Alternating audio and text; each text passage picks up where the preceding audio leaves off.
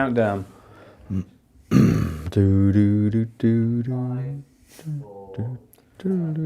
Boom. 1, go. And you're back in the room being the Totally Football Show studio today with Tom Williams and JJ Ball. Thanks for joining us on our YouTube channel for our live appraisal of the day's events in Germany. Very, very shortly, like now, we're going to start recording our podcast. And excitingly today, we're going to actually play you out the bits that we pre-recorded, of which there are only 2, but we'll be playing those out instead of those kind of awkward pauses when I struggle to remember what people said.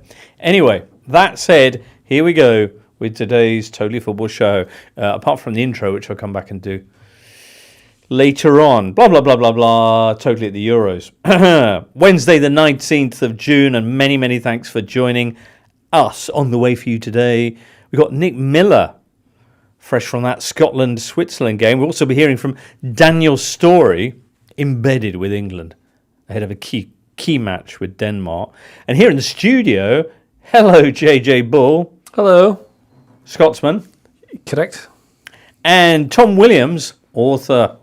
Hello, yes. All right, your yes, book. not a Scotsman, but you know, I was very much on board. Team Scotland tonight. Right, okay. A kindred spirit, perhaps. Yeah, the Celtic bond. Celtic soul brother. How's the book Vavavoom going? Yeah, all good. People seem to be, buying it and reading it and enjoying it. No one's sent me any spiteful abuse so far. It's still early days. Okay. So that might yet be to come. But, so far so good, I would say. Excellent, Tom. As a author of a top book about French football, you're ideally placed to bring us an update on Kylian Mbappe's nose. Yes, Kylian Mbappe's nose, which is the centre of attention in France, in a way that for me has brought to mind, David Beckham's metatarsal, Wayne Rooney's metatarsal. Is there a French Uri Geller currently trying to reposition Well, if there isn't, he's about to make his entrance on the scene in a very big way. Right. But yeah, so Kylian Mbappe, there was some lurid detail about his nose injury in L'Equipe this morning. He had to have his nose, which was broken, of course, in that game against Austria the other night. He had to have his nose reset in the changing room by the French team doctors immediately after the match. But he trained today with some plasters on his nose, so he's not wearing a mask yet. I think he's going to travel for the game against the Netherlands on Friday, so there's a chance he could be involved. I think the feeling is probably not, and the hope from France's perspective will be that France will do the job against the Dutch, and he can then be rested for the third group game against Poland, and then make his reappearance in a newly designed mask in the knockout rounds. It would be remarkable. All right, JJ, how was Wednesday today? Day 6 of the tournament for you. It is Wednesday, isn't it? It was a couple of good games, and then that happened, and the point's good. I don't mind that. Right. So all in all, I think it's fine. Do you think it's fine? I think it might be. The point you reference belongs to both Scotland and Switzerland after their 1-1 draw tonight in Köln. We'll be getting into that very, very shortly. But earlier in the day, there was Croatia's Group B clash with Albania, which was another of those Euro 24 absolute stonkers. 2-2, the final score there. And in Group A, Scotland's group, this evening, Wednesday evening, Germany, very professional and proficient, as they beat Hungary 2-0 in Stuttgart. One goal slightly scruffy and controversial, but the other a sumptuous team, a kind of orchestral manoeuvre, if you will, finished by Gundogan. Very good. Let's begin, though, with the Scots. All right, Scotland 1, Switzerland 1 in Köln. Joining us now from the stadium, it's Nick Miller. Let's hear what Nick's got to say. Everyone, don your stereo headphones. Hello. Hello, James. All right. Scotland 1, Switzerland 1. Where did that sit on the what a game O-meter? In all states, entertaining, quite low quality, which is sort of a bit of a theme for some of the games at this tournament anyway. Extremely exciting, bloody loud as well. We've just to give everyone a peek behind the curtain, we tried to record this while I was still in the stands, and it was too loud even as people were So the stands were emptying and there was no one on the pitch anymore. So I went to Galatasaray against Fenerbahce about a month ago, and I thought that was the loudest game I've been to in some time. But this one really topped it, I think. Wow, louder than an Istanbul derby. That's some volume. The day has been characterised in Cologne by hundreds of thousands of people in kilts and potentially woad as well. They didn't get the win tonight, but in some ways they did. Yes, they're still alive. They go down to the last game against Hungary. They were certainly better than they were against Germany, which didn't really take very much. But I mean, obviously not that the Scotland fans necessarily needed anything as piffling as a result to celebrate, but they will be celebrating, still being within a chance of making it through to the knockouts. Fabulous, very muted performance from the Swiss in contrast to their opening game. But generally speaking, Nick, you were there in Cologne all day with these vast hordes of Scottish supporters. How's the atmosphere been generally? I mean, incredible for anyone who didn't just want to do a bit of light touristing in Cologne today. If you wanted to go and see the cathedral, bad luck. It was absolutely covered in Scots, as were all the bars, most of the restaurants. I mean, it was sort of fantastic if the tournament atmosphere is what you're after. I think I saw reports that there are about 200,000 Scots in Germany generally. I reckon that's a bit of an underestimate, that they are everywhere, not just in the cities that Scotland are playing in either. It's absolutely extraordinary. Incredible. Where are you off to next, Nick? I am going to. I'm in Dusseldorf, and I can't remember what game it is. Ukraine, I'm seeing. I think on Friday. So right. It's only been a week, and already my head is completely scrambled. So right. Yeah. If it's Dusseldorf, it must be Ukraine. Nick, happy trails on your way there, and look forward to speaking to you again soon. Thank you very much. Nick Miller at the Scotland-Switzerland game. JJ is one of only a handful of Scotsmen not currently wandering across the street in Germany. What was your take on tonight's game? I thought it was a lot better than Friday. I think both in terms of how they were set up tactically and the general performance. And there's a few, I don't want to call them weak links, but there's a few things that just aren't quite good enough in the team. I don't want to be harsh on players. They're trying to avoid it for now. Maybe it'll come out later. Okay. But I think what we saw is that we're just much better prepared for it, a lot calmer this time, had some decent passages of play, still quite long and direct at times, but there's nothing wrong with that really if you get a result out of it. Right. What was the difference? Was it bringing Billy Gilmore into the side? Was it Steve Clarke using short, simple words to his players? Well, yes, I think he gave them less information, but also more at the same time, because clearly there was too much information against Germany, but also not enough.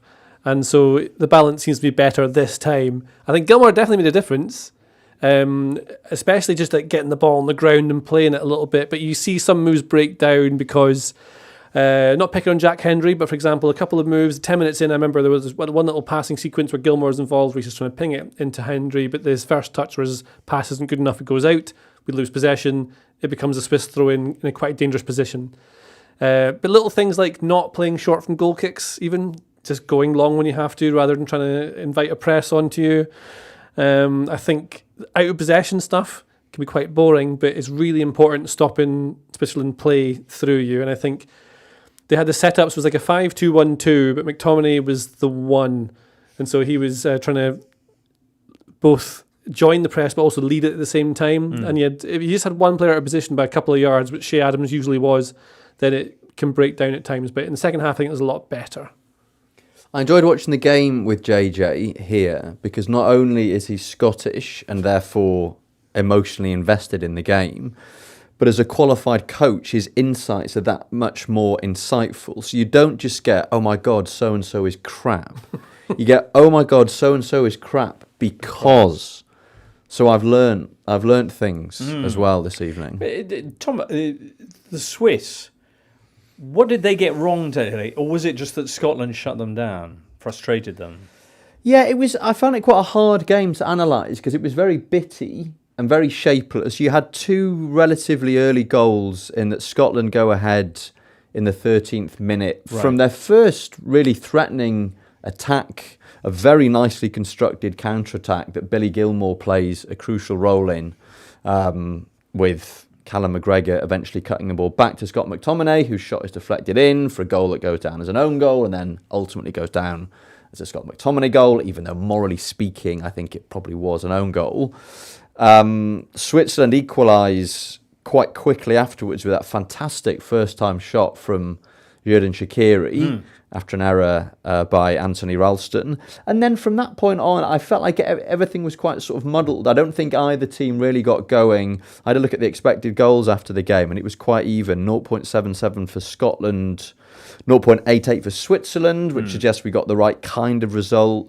Switzerland had a couple of big chances. Grant Hanley hits the post late on for Scotland as well. Yeah. So Twice I think as well, they had goals disallowed. And had 2 goals disallowed. So I think probably a fair result. And a result that suits both teams in that it takes Switzerland to the brink of qualification and keeps Scotland's destiny in their own hands. Very much in their own hands. Let's talk a little bit more about Shaqiri's goal. The 32-year-old now playing for the Chicago Fire hasn't had the best of seasons. People who follow Chicago Fire have opined, but he certainly looked, on fire here, capitalising on the error from Ralston there. 25 minutes in, an absolutely gorgeous curling strike that flew into the only tiny little postage stamp that it could have entered via. Yeah, it was perfect. It makes up for all the chances they should probably have scored, especially from the set pieces that they missed. But you've got to be brave to take that shot on, because that's difficult. But I guess you get the reward for it there. It's nice that Shaqiri turns up for these tournaments, just put him in storage and comes out. And then the amazing stat, well, Richard Jolly, I think other people may have tweeted a variation of this, but he points out Shaqiri's the only player to have scored at all of the last 3 European Championships and the last 3 World Cups as well. Tournament player. Wow. He's one of the most remarkable footballers that I've ever seen. Physically speaking, no other footballer who I can think of is the same shape as Xherdan Shaqiri. The most perfectly square footballer, if not just human being that I've ever seen. This incredible record at major tournaments. Are you going to pitch someone else into the... Vitatus Lalas. And if you Google him, you'll know what I mean. Okay, I'll Google that. But yeah, and then this remarkable record at major tournaments that is, if not in complete contrast with his achievements in club football, then he is much more closely associated with his exploits for the national team than for any of his club teams. And despite feeling like he's been around for forever, he's still only 32 years old. And that blows my mind a little bit as well. Younger than Kevin De Bruyne. Younger than Kevin De Bruyne. He's a showman, for example. He steps up at the big tournaments. And I think you can see it in the Scotland team compared to Shaqiri. A lot of the big players just don't or haven't yet turned up, really. Like Callum McGregor's touch is off, Andy Robertson's touch is off. Who else do we have? McGinn wasn't really in the game tonight. They've not really settled into it. Every time the ball goes back to the goalie, you're a bit nervous. I think that's just because I'm nervous about the game anyway. But I think... You mentioned the goalie. I just wanted to ask you how you felt about his performance, Angus Gunn, compared to last Friday's, for example. I think it's some good saves, and that should be good for the confidence of everyone, including him, which is useful. The goal they had disallowed, where the ball dropped in the box and he came out, didn't seem to read the play quite well enough. I think a really top-level, brave goalkeeper would have dived and just taken the ball and all the men in the way out with them. But I can understand why these players are nervous. There's a lot riding on it. There's no real experience of it. And so I can forgive them for not being quite there. The problem is that you don't want to regret not being able to play the way you do at the end of the tournament. If we end up drawing with Hungary in the final game, you'd be like, we could have just done a little bit more. Because there's some really good players there. When you get Gilmour, McGinn, McTominay, you can easily ping some balls about. Robertson should be much better bombing on. And they haven't really had as much of a chance to show how good they can be at times. And going into this game, I was far less hyped than I have been about, the first game. I was really hyped for that one. I was far less confident that we'd be able to do something with it. Just based on how poor we were against Germany. So I think a lot of that has been reset, and we can see there's a bit of a base to build from now. But I think some of those players can be a lot better, and I hope they take their chance in the last game. Okay, a win. So the third game, it's not the last one. Yeah, necessarily. Exactly. I'm doing the thing we always do. yeah. So Hungary is the opponent in a couple of days' time on June the 23rd Sunday, yeah. in Stuttgart. And a win there, I think, will take Scotland through almost certainly to the... Yeah, I think with Third place, 4 isn't it? points, you're pretty much guaranteed to be at least one of the best That's third good place enough for teams. me. Yeah. All right. The bad news for Scotland is Kieran Tierney's injury. Yes, that looked quite bad. He's struggled a lot with injuries. No idea what the injury is yet, do we? But it looks like a muscle injury. He was in a bit of distress. So you really hope he's all right. It's not a good thing, but going forward, you've got Scott McKenna can slot into that exact position for the rest of the tournament, however many games we get left. No, Oh, go on, sorry. No, well, actually, now we saw... Charlie, is the air off in here or what? Oh, okay. I'll just do that. I'll just pick up from there. Yeah. The good thing, not that it's that good, is that Scott McKenna can play the same position on that left side of the back three. We're playing that, but also it might be a change to a back four if we need to try and get some actual goals against Hungary. I'm really interested to see what Steve Clarke would do for the final game. The third game. Saying final We're game. allowed more than 3. And so a back four might be the way forward. Okay. Yeah. You know what I'm really interested to see, What's that? JJ, is your live show that you're going to be doing at your friend's pub before Oh, that's the clash right. with Hungary. Give us the details. I do these improv live gigs, make up songs about footballers. I live stream them. We're going to do one at the Volley in London before the Scotland-Hungary game. So if you're going to that already, come down early. If not, try and sneak in at 5 o'clock. All right, where is the Volley? It's in Old Street in Okay. London. It's a lovely pub. Well, it's all I've scars never on the even roof. heard of the Volley. It's in new. It's Old really Street. fun. Yeah. If you like pubs, if you like football, if you like people making improv about footballing figures, that's a date to put in your diary. Very good. All right, well, Hungary are the opponents on June the 23rd. And Are we about to move on? I was going to touch on what everybody thought about Hungary and their performance against Germany. But I was Tom, just going to say, as much as we've enjoyed Scotland, Switzerland, one person on the internet has not. And that person is Tottenham and Argentina legend Ozzy Ardiles, who has tweeted, and I quote, "Scotland versus Switzerland. What a terrible, terrible game it was. How can two teams play so bad? No idea going forward. Pelé. Immortal words. Football is the beautiful game. You must be joking. What an embarrassment. The comments on TV, if anything, even worse." I don't think I've ever heard of someone being that angry about what was actually quite a decent game. I don't know, but I think you really embodied his sense of I righteous tried indignation. to. I tried to put myself Yeah, in you really Ozzy did. Ardiles' I feel quite insulted on his small behalf shoes. Well, yeah. by the performance of those two teams. I mean, it Well, wasn't a great game. I thought it was fine. I agree with Tom. It was much more fun watching it with you, not least because we weren't the ones going through your existential angst as the second half yes. wore on. But it wasn't It that was fine. bad. It was fine. Yeah, there've been worse games involving players for England, for example. But anyway, do you follow Aussie, or did I somebody think so, send that? yeah. Okay. Yeah. Interesting choice, Tom. Well, he's, World Cup winner, Tottenham Now legend. can we get on to Germany, Yes, Hungary? please. Excellent. After this. Bit of comms, is it, Charlie? Lovely. What is the comms? Ilkay Gundogan second in Germany. All right. Okay, cool. 4. All right, yeah. Yeah, 2 tours for the Germans this Wednesday late afternoon as they dispatch the Hungarians. Germany in their pink and purple away shirt, which I'm excited to read is the fastest selling away shirt in German shirt history. And remember, the Germans have really set the standard, that asymmetric kind of graph effort has defined international shirts for more than one generation. So this has been quite the success. Somewhat surprising. I mean, a striking design, not a kind of traditional German colour combo. No. Not the most fetching away shirt I've ever quite seen. like it. But, what do I know? Their performance was less flamboyant than the one they put in on Friday against Scotland, but kind of impressive nonetheless. Very professional, a couple of goals. Jamal Musiala, and there's a bit of controversy around that one, and then Ilkay Gundogan, as we just heard, really sealing it. Hungary looking a lot better themselves than they had done against Switzerland in the opening game. Annoyingly for you, JJ, with them in prospect on the 23rd. I think the coach Marco Rossi, isn't it? I think he's very, very good, and you can see that how they set up tactically was exactly what you're supposed to do. He gave them exactly the right amount of information to play against Germany. Basically, didn't let them press them. So Germany wanted to play between the lines. So Hungary squished the lines. There's no space to play into. So Germany kept finding it difficult to play through. Had to go wide, and they'd have a wing back snap onto them straight away, and it stopped them. It slowed them down. Because they're so good, and players like Musiala and Wirtz are going all over the pitch, naturally drag players out. And I think Hungary were, especially in the first half, it might have changed in the second half, and this kind of things you need to watch again when you watch games again. I think they were man-to-man in the first half. And so it's quite risky, it's quite a brave approach, but when you're playing the way that Nagelsmann's team were, it works if you get it right.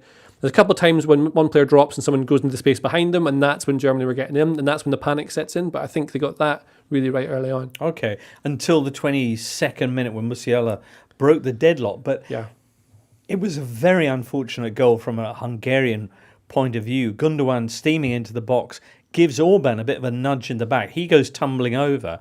And the Hungary keeper, Gulácsi, seems to stop, anticipating the referee blowing the whistle. He then realises that Gundogan's still making progress towards the ball and he ought to do something about it. But by the time he gets down, he kind of awkwardly bounces the ball off his knee. It goes to Gundogan, who pops it back to Musiala, and Bosch, the ball's in the back of the net. I was reminded of the Swiss fans with their banner that fondue is better than Gulácsi. Or I was, yeah. Sorry, what's the along connection those there? lines. That's gone over my head. His name sounds like goulash. Yeah, yes. Yeah. Yeah, kind of, yeah. All right, let's Yeah, lose maybe it's that. plural That for one's only goulash. for the YouTube exclusive, I think, not to see the light of the podcast. No, but yeah, I was surprised that nobody gave him more shtick for that because it's funny when things break down because it feels like a free kick. It Yeah. happens a lot at like five-side even. Like it just feels like a free kick, so everyone sort of agrees it is. But at professional, elite level, you can't really just go with the... And certainly not against a team of gegenpressers. Exactly. They're not about to stand off and, You got to take proffer it. the hand of friendship and help you up. Do you think No. it was a free kick? My instinct was that it was. I think just that area of the pitch, when it's a centre-back and he's Right. the last man and he's fallen over and obviously can't play the ball, your expectation is that it's going to be a free kick. Having seen the replay, Right. I don't think it was a foul. It was kind of like...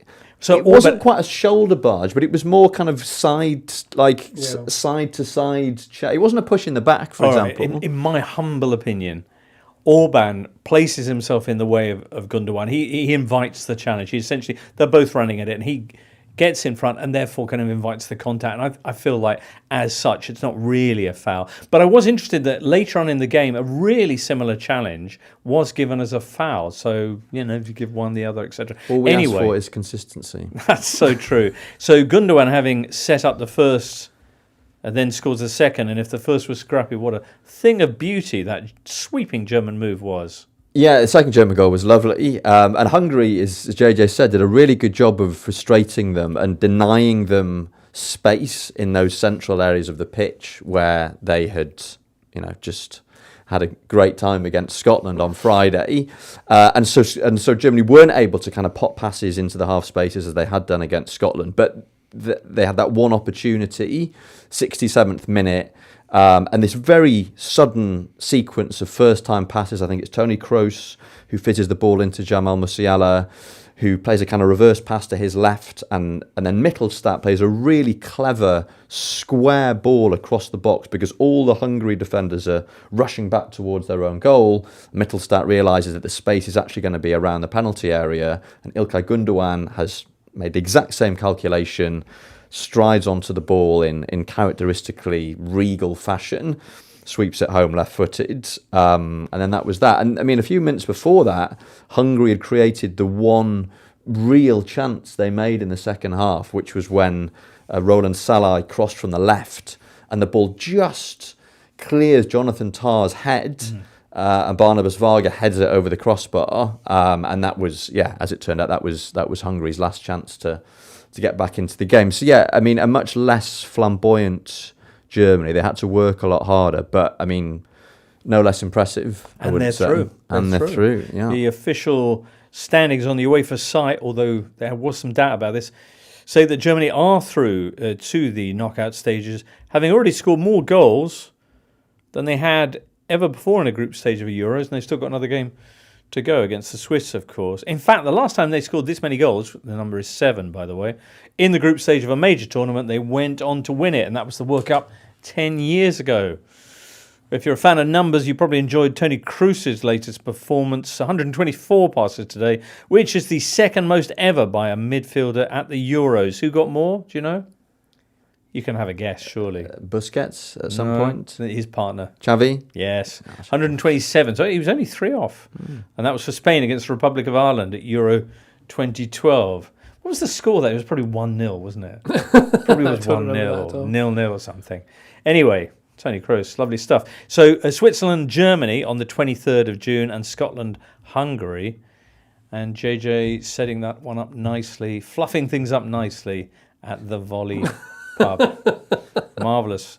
Anything else you want to say about that, or should we get on to the entirely thrilling? Well, yes. I was going to mention, and this will sound stupid, as someone who's played an awful lot of Football Manager, I know all the Wonder Kids, and I watch an awful lot of football for my actual job. I think this is the first time I've seen Jamal Musiala, and now I get it. Okay. So I've seen him play a lot of times and think, oh, I can see he's good, but kids always get hyped up really early, and they don't always have the star bit that you need to have. Right.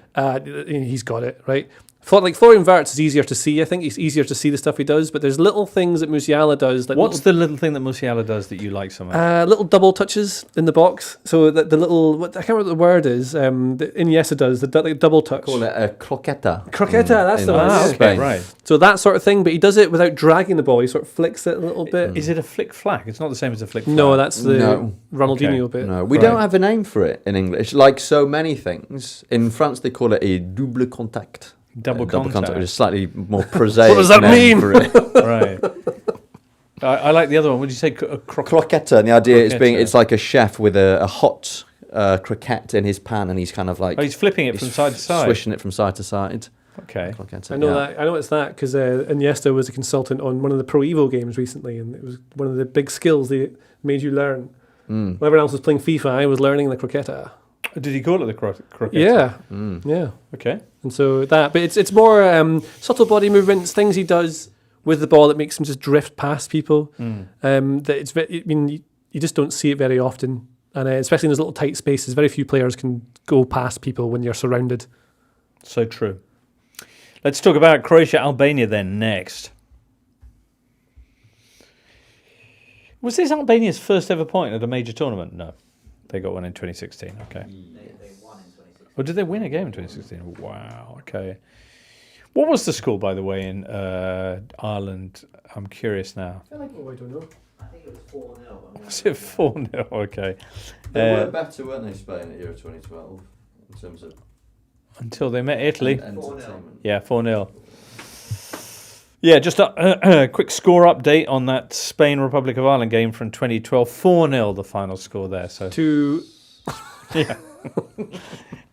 So Group B, 4 goals in that game as well early today between Croatia and Albania. Shared, of course, in really dramatic fashion. What a magnificent finish to this game. Albania, as they had done with Italy, scoring first through Laci, or Leci perhaps. And the first half from Croatia had this big kind of end of an era mood about it. Yeah, sort of like the players were bits of furniture that were having dust sheets thrown over them and moved out to some kind of warehouse somewhere. They come into the second half and Luka Modric there in the tunnel looking haggard and pretty concerned. He's got 45 minutes with his team to save their Euros, but the game is almost instantly transformed. Why? What happened? So they made a couple of changes at half-time, Croatia. Marcelo Brozovic and Lovro Majer went off, and they basically flipped the triangle in midfield. So it had been a sort of a classic 4-3-3 with Brozovic as the 6 and Modric and Kovacic either side, but they sent on Luka Sucic for Brozovic. He played as a number 10, so basically Modric and Kovacic were side by side, picking the ball up from the defenders, and then it was all just attacking players, creative midfielders. And Croatia just started playing slightly more direct fashion, more crosses into the box, more bodies into the box, and they score a quick-fire double with about 50 minutes to go, and you think, well, that's probably that, except there was a sting in the tail. I mean, another absolutely sensational match. And once again, a game that you might not necessarily have thought you would go out of your way to watch ends up being, one of the most memorable games of the tournament so far. The second half in particular, yeah. Ante Budimir had come on as another of the changes in the second half. And 5 minutes after he made his entrance, he tees up Kramaric to get the equaliser. Wrong-footing Strakosha, who otherwise had a pretty decent game. And then, almost immediately, you've got the own goal from Albania's Jazula. And such a cruel own goal as well. Tell us why, Tom. So it's Budimir again. Kramaric gets the byline on the left, cuts the ball back. Budimir shoots, and his shot is blocked on the line by Elsaid Hisai. And Jazula is just kind of blundering back in to try and help out, and the ball ends up just hitting him and going into the net. So for the second time second game in succession, it looks like Albania, having taken the lead against a bigger side, are going to go home empty-handed. However, yeah, it's Jazula again, and 5th minute of stoppage time. I think it's Mario Mitai, the left back, gets up down the left, puts a cross in that Josip Šutalo should clear but doesn't, and it falls too with sort of perfect kind of, poetic justice. Jazula, the man who scored the own goal, who tucks it away, and he's got a fantastic story himself because he was born in Albania but brought up in Freiburg in Germany. He's spent his entire career playing in Germany. Previously played for Hamburg, whose stadium, of course, staged the game. Looks like he's going to be the villain of the piece. Comes off the bench, scores the own goal, then scores the equaliser. And in doing so, composed finish as well. Wonderfully composed left foot finish, first time bottom left corner. And in doing so, becomes the first player in World Cup and European Championship history to have come off the bench in a game and then scored at both ends. Wow. So historic achievements wherever you look at this tournament. He also scored the latest equalising goal ever in a European Championship game. Remarkable. No, excluding ones that go to extra time, of course. 94 minutes and 23 seconds. He'd never scored a goal previously for Albania in 28 matches.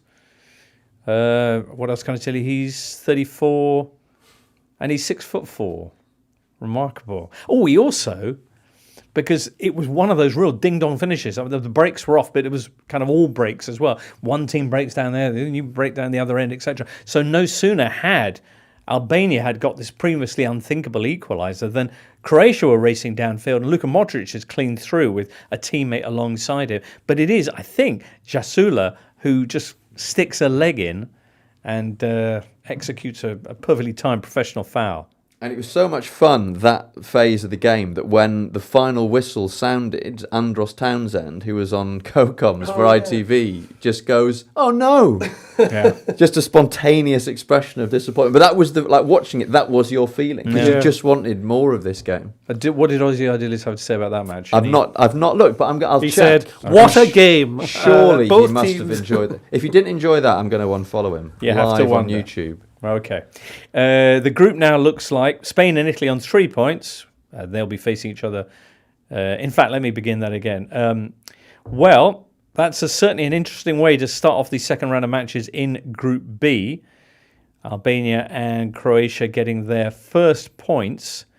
But the other game from this group will see the two teams who picked up 3 in their opening matches. That is Spain and Italy, who face each other on Thursday in what is the most played fixture in the history of the Euros. Yes, it's a montage. Oh, can we hear the montage? We're going to hear the montage, everyone. Gonna be a montage. Ancelotti ad Altobelli, finta di Altobelli per Vialli, Vialli in area, Vialli in tiro e gol di Vialli. Vamos es, hay que marcar, pierna derecha, Jordi Alba, se la ponen a Jordi Alba, vamos Jordi, gol! Per entrare in rigore, Damian, palla in mezzo, Pellè! 2-0! tutto finito! Prende la sua rincorsa, l'arbitro che fischia, Jorginho che va al tiro!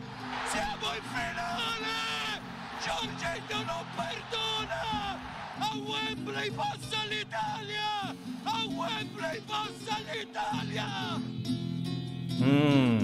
Measured stuff there. Wembley Forza l'Italia 3 years ago, but però at Gelsenkirchen on Thursday, Forza a chi is my question as we bring you the 6th clash between Italy and Spain in the last 5 editions of the European Championships, because they played each other twice in 2012. It was 1-1 in the groups and then 4-0 to Spain in the final. 2016, Italy beat Spain in the quarters, that Pele goal that we heard, that was 2-0, brilliant Italy performance, and 1-1, and then Italy maybe a little bit lucky to go through on pens in 2020. Wow. What a game this should be. Yeah, I'm really looking forward to this. I don't know who will win it. I really like both of them as teams who could go quite far in the tournament. I'm really interested to see how Spain try to take them on. I assume Italy might be a little bit...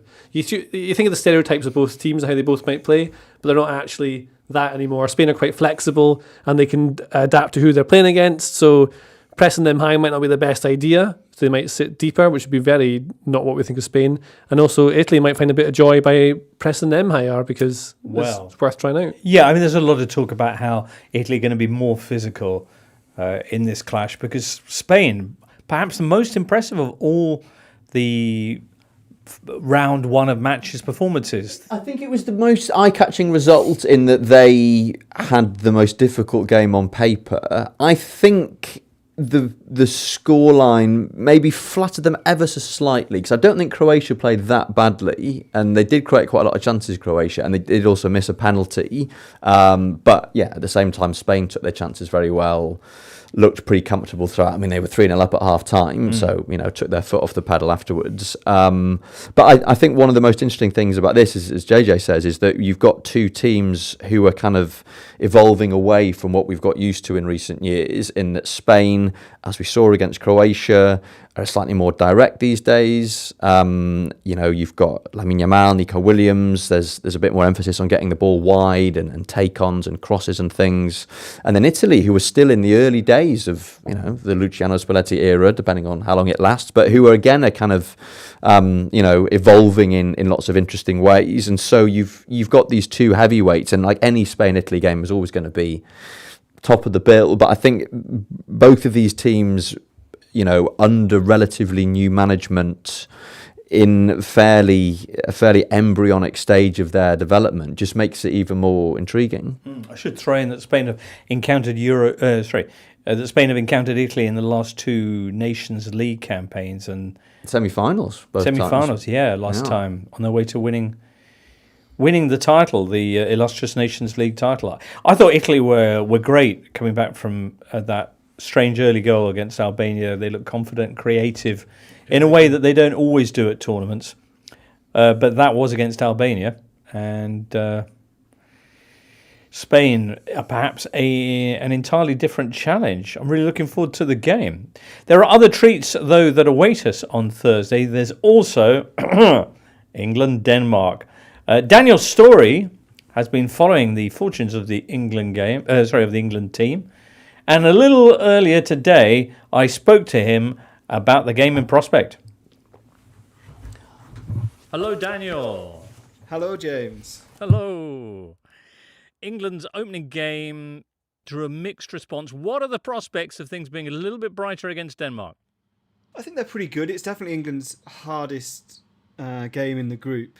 Gareth Southgate, in his matchday -1 chats, was talking about this kind of negativity, saying he'd had to talk to some of the players and reinforce that when you win at club level, nobody really cares because you've won. Whereas at international level, it's not always the same way, and there may be a negative reaction even to victory.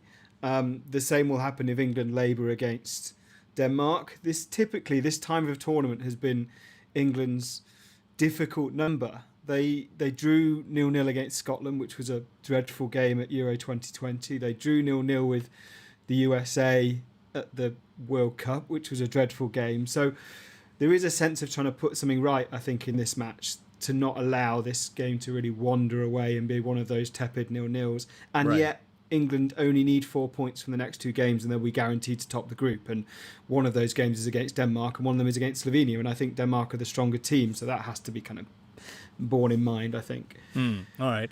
Precedents against Denmark equally don't suggest the most exciting of encounters. 3 of the last 4 meetings between the two sides have seen no more than 1 goal scored. In fact, England have failed to win any of their previous 3 competitive meetings with the Danes in 90 minutes. Gareth's point about negativity, it's not just a style question, though, is it? When England sit back, when England don't press home the advantage, we've seen what can happen, and it could have happened against Serbia too. Yes, there are 2 ways to express that. Gareth inevitably looks at the positive element, which is that England allowed, I think, 0.2 XG, which is the best other than Germany against Scotland so far in this tournament. The chances that Serbia had were from long range, and England were able to control that. Jude Bellingham after the game said, "We don't agree that the second half shows why we struggle. We think that the second half shows why we can keep a clean sheet against anyone." Opinions will differ on that, but I do think that Southgate will always prioritise control. He will always back his team to protect the defence no matter who's there. And it was a makeshift defence. It was a right back at left back and a new central defender, and they did that pretty well. I don't think that will change. I don't think they'll come out and try and blow teams away. They are good enough in attack to score 3 or 4 goals when they play. We saw that against Ukraine in Euros. We saw that against Iran in the World Cup. They scored 3 against Wales, 3 against Senegal. They can score in kind of gluts, but they will never be a fully expansive team that people crave, because that's not how Gareth Southgate feels is the best way to win international tournaments. There's been a lot of suggestions about what he should do with the lineup for the Denmark game. What changes, if any, do you anticipate? I don't anticipate any. I think Luke Shaw's fitness, he's still not training with the group as a whole. He will not start. He may not even play any minutes against Denmark, so it will still be Kieran Trippier at left back. Phil Foden was the player who came in for the most criticism. I think he will play again to try and play his way into form, and also to try and create a dynamic with the right-footed left back in Trippier, which I think there's some teething problems there. And then the other question is Trent Alexander-Arnold in midfield, and the reality is that England haven't seen that enough, so it doesn't make much sense to try and change that for the second game if what we want is to see him more comfortable in that role. So I think it'll be the same 11. I think it'll be a similar performance, but Southgate accepts that we lost control in that second half against Serbia for at least 20 minutes. That's what he wants to see different. He wants to hammer home advantages in the first half and then play with more control in the second. Is there a change that you would make, Daniel? Were you in charge? No, what I would do is I'd make substitutions earlier, whatever the scoreline. That's always been one of the criticisms of Southgate. And to be honest, I've been a staunch defender of Gareth, but I think that's his weakest suit. I think that our opponents tend to make game-changing substitutions quicker than us. And I think inevitably one of the undeniables about this England squad is that there is more strength in depth on the bench in attacking areas than there ever has been before in Cole Palmer and Jared Bowen and Anthony Gordon. And I hope those players get a chance, whether it's because England are struggling and we need to change the game, or because we're playing very well and those players need to get minutes in case they're needed further down the line. So I'm very happy with the same 11. I want to see more changes earlier. There you go, Daniel Storey. We have a Welshman and a Scotsman here. Good bit of balance at last on this podcast. Nice one. I'm not sure what you made of England so far. Unlike their opponents Denmark, they at least won their opening game. Denmark, of course, were held to that 1-1 draw by Slovenia. Slovenia? Yes. Well, Slovenia, yeah. Slovenia. What do you think then? Sum it up.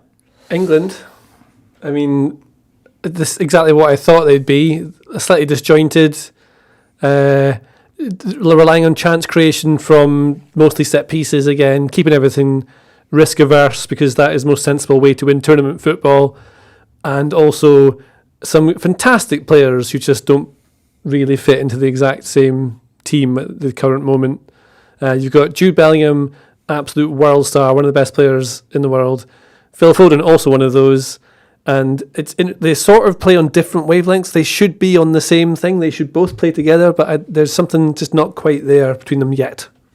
One thing that struck me watching the England-Serbia game, and I've mentioned this on Twitter and was told to shut up by quite a lot of people, so I'm going to mention it again with a degree of trepidation. But what really struck me was Bellingham's role. Obviously, he is now England's go-to man. He's clearly, the most exciting player of his generation, certainly, the most exciting English player of his generation. I can understand why Gareth Southgate would want to put him at the heart of things. But there were times in the game where he was playing like an old-fashioned South American playmaker, dropping deep into England's half and sort of demanding the ball from the centre-backs, from the full-backs. And you got the sense that everyone was happy to give him the ball because why wouldn't you? It's Jude Bellingham. But one of the things that was kind of highlighted after the game was how little we saw of Trent Alexander-Arnold and also how little we saw of Harry Kane. And I would argue that the two most dangerous passers of a ball in that England team are Alexander-Arnold and Kane. And I think one reason why they might not be getting on the ball in the kind of areas where you would expect them to get on the ball is because the team has been kind of set up for Bellingham to have the ball whenever he wants it. And I'm not saying that that's wrong. I'm not saying that he is not kind of worthy of that kind of role. But I think that's one of the things that, that they're kind of trying to figure out. You can't all ask for the ball. So, like, there's people who kept saying that Foden should be showing up for it and should be doing more. But if you're a smart player, you know that if that person's going for the ball, then I need to not be there. I need to be somewhere else to be able to help the next pass or something else go. So you can't all do it. And so, like, Alexander-Arnold, Foden maybe just have to be a bit quieter, which then means you're relying on Bellingham pulling the magic out of a hat. And he can do it. This is the thing. We know he can do it. But I guess but when he doesn't, we're still figuring that out. Or England are still figuring that out, sorry. Yeah. Maybe they'll come up with some answers on Thursday in that game. The other match in the group, of course, features Slovenia and Serbia. That'll be slightly earlier. 5 o'clock in Munich. And we'll be reviewing that when we return on Thursday night. Interesting to see whether Dusan Tadic returns even to the starting lineup for Serbia after his little outburst about being on the bench. So he was on the bench against England. Somewhat surprising, given that he has been Serbia's talisman, or one of their talismans. I feel like talisman might be one of those trick ones where it's actually talismans, but whatever. Talisman. His talisman. And he was like, I'm the best player in the squad. I should be starting and I should be playing for 90 minutes. Well, you want that passion, don't you? You do. And I can kind of see where it's coming from because he has a unique skill set that I don't think Serbia have in any other player. But Dragan Stojkovic did not take kindly to what he said. Stojkovic was actually told about it in the mix zone or in this press conference where he was talking to Serbian journalists and he was kind of asked for his reaction. And he basically said, well, if he said that, then, that's not on. So Tadic has now apologised. But given that Serbia will probably expect to have a bit more of the ball, I would have thought he'll be back in. And also this is kind of must win, I think. Yeah. For both of these teams, and that for both of them, it's probably the most winnable game on paper. Slovenia currently on nil points. Serbia currently on no points, and Slovenia on just the one. There you go. 5 o'clock on Thursday afternoon in Munich. That game will be taking place. Later on Thursday night, we'll have the all-English tub-thumping duo of Adrian Clark and Benji Lanyardo here in the studio. The Slovenia-Serbia is 2 o'clock on Thursday. Is it 2 o'clock? And England are at 5 because it's Spain-Italy is the late game. Whoa. Yeah. So it kind of makes sense. The late game? Yeah. Damn. I mean, all right. It's logical scheduling. By the time the podcast is recorded, they'll all have been played in some order. Yeah. But you're right, Tom. Of course you're right. Anyway, we'll tell Adrian Clark and Benji Lanyardo to stand down with the face painting and Crusader regalia because that will have already happened by the time they come in to watch the final game, and we then drop a pod on you. Perhaps you'll join us again, either on our YouTube channel or by the medium of podcasting. But many thanks for your company today, listener.